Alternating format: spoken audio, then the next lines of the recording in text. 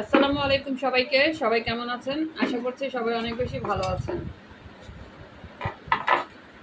এই পাতিলগুলি তো দেখিয়েছি যে নিয়ে আসছিলাম। এখন ধুয়ে গতকালকে এগুলি রোদের মধ্যে একদম ভালো করে শুকিয়েছি। এখন কিন্তু এটা আরও একটু প্রসেসিং বাকি আছে। এটা এখন তেল দিয়ে ভালো করে মেখে নিব। একটু বেশি পরিমাণে তেল দিয়ে আর এই যে একটা কাপড়ের মতো মানে নিয়েছি, নেট নিয়েছি। নেট দিয়ে এটা আমি ভালো করে চারপাশ তেলগুলি মাখিয়ে নিব। এই তেল মাখানোটা কিন্তু খুবই জরুরি, কোনো জায়গা কিন্তু ছাড়া যাবে না।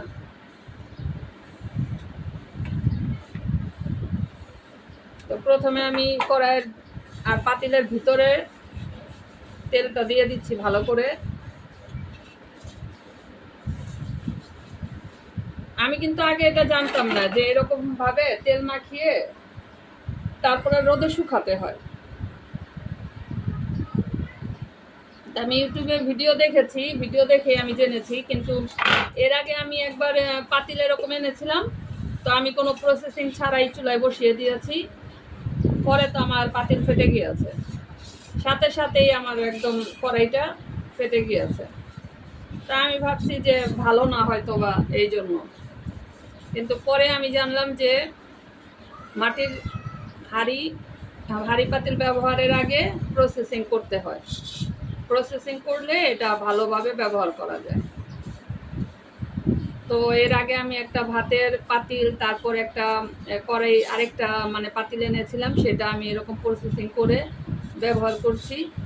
ভালো অনেক দিন ব্যবহার করছি, নষ্ট হয়নি এখনো।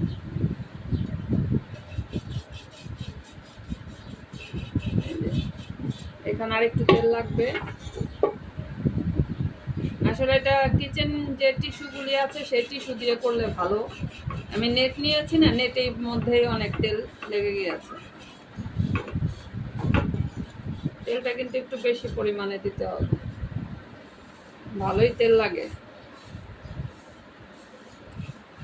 বাহিরে যে রোদ, এটা হলো বেস্ট একটা হলো এইগুলি চিপস দিলে আসলে এখন এই রোদের মধ্যে। আগে আমার আম্মু যখন চিপস বানাতো, এরকম রোদ উঠলেই আমাদের চিপস বানিয়ে দিত।